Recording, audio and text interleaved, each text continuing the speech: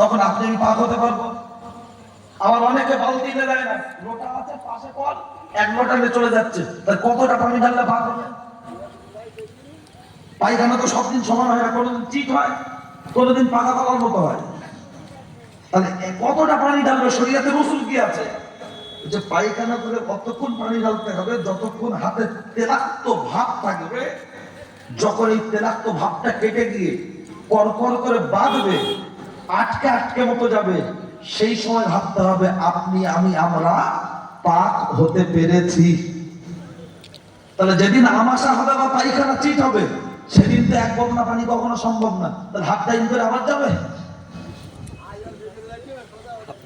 Motor সাইকেলে দাঁড়িয়ে দেখছি যাওয়া আসা হবে না, তেল লোবো পাম্পে, তা ওটা যদি দাঁড়িয়ে দেখার দরকার হয়, পকেটে টাকা আছে কিনা, মোবাইলে চার্জ আছে কিনা, সব যদি মাপার দরকার হয়, বাথরুমে যাওয়ার সময় এই বিবেচনাটা করার প্রয়োজন আছে না?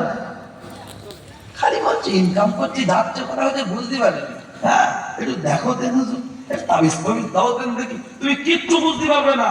গাড়ি ধোঁয়া বেরোচ্ছে সেটা বুঝতে পারছো যে মোবিল বয়স হয়ে গেছে, মোবিল খাচ্ছে, আর এদিকে তুমি বুঝতে পারছো না।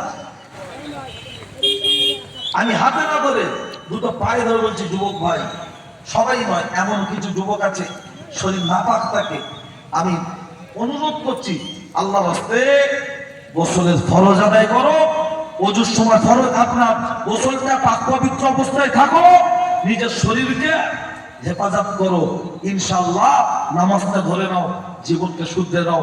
চলুন, আমি যে মহিলার কথাটা বলছিলাম, ঘটনাটা বলার আমার মেন উদ্দেশ্য নয়, ওর থেকে শিক্ষা নিয়ে বিষয়টা আমি একটা বার করে দিচ্ছি। টোটাল 2 মিনিটে পরবর্তী বক্তা আসবেন, আমি কথা শেষ করব। এই বলতে বলতে 10 হয়ে গেল। নিয়ে হুজুরকে নিয়ে এসো। ও ছেলেরা, ও নওজোয়ান যুবকেরা, ওই ছেলেটি চলে আসলো মসজিদের ইমাম সাহেবের কাছে।